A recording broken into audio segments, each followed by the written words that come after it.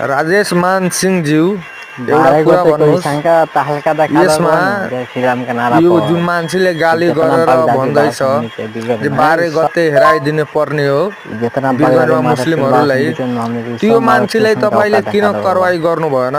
हाम्रो प्रहरीले के गरिराखेको छ ये त्यो? देखिए सब भाषण ठीक का होला हमने यो कुरो त सुन्नु हिन्दू पहिला, ही सब अनि हमने के बल्ल कट्टर हिन्दू ही निर्णय सब लिनु मुस्लिमको गल्ती हो योगी कि पेल्ला बा हिन्दूको गल्ती हो। त भागे के ठाउँ तपाईँ देखि उले त प्रष्ट भन्दैछ बगदाद जे हामीहरू लुकेर ये काम बहन चोद गर्दैन कि पाकिस्तानी जे बहन पनि चोद काम वीडियो गर्न में लिया सक्छु, के तर बहन चोद हेराएर प्लान बनाए फिल्म गर्छु। बहन अनि लेकिन यो ये मान्छेलाई पलाल तपाईले फिल्म पक्राउ वही गर्न चुपचाप सक्नु हुँदैन।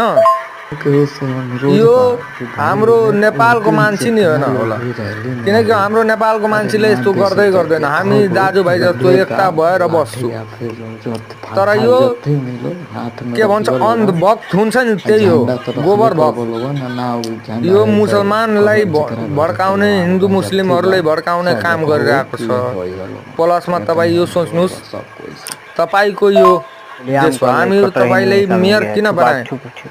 जे तपाईँ हाम्रो वीरगन्जलाई राम्रो सिद्ध राख्नुहुन्छ भनेर। तर यो कुरो यस्तो भइरहेछ अनि तपाईँ निर्णय लिनु भएन, पुलिस उसले समातेनन्।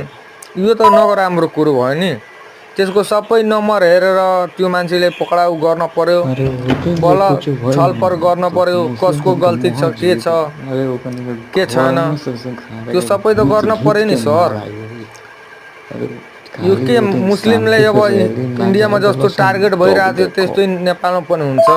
हामी हिन्दू मुस्लिम सबैजना दाजुभाइ जस्तो बस्ने मान्छे, हिन्दू हो, मुस्लिम हो, सिख हो, इसाई हो, बुद्धिस्ट हो, सबैजना हामी दाजुभाइ जस्तो बस्छु। तर योमा सालाहरू को हो जो यो यस्तो कुरो भनेर पेठाएको छ? त्यो पनि डाइरेक्टली हालेको छ। के हाम्रो नेपाल सरकारमा पावर छैन उसलाई समाउन? कि हजुरसँग त्यति पावर छैन त्यो भन्नु त? तपाईँले निर्णय लिनु पर्यो कि तपाईँको त्यो ठाउँको जिम्मेवारीदारी मान्छे हुनुहुन्छ तपाईँको माथि त्यो सबै निर्भर छ।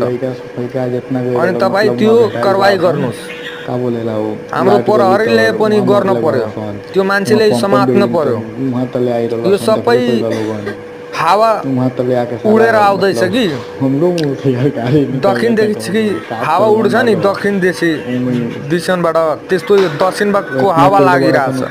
यिनीहरू हिन्दू मुस्लिममा फाँट डाल्न खोजेको। मेरो लिङ्कमा हेर्नु, जसरी मुसलमानलाई गाली गरेको छन्, मस्जिदको अगाडि मुल्लालाई, मौलवी साहबलाई गाली गरेको छ, त्यो सही कुरो हो।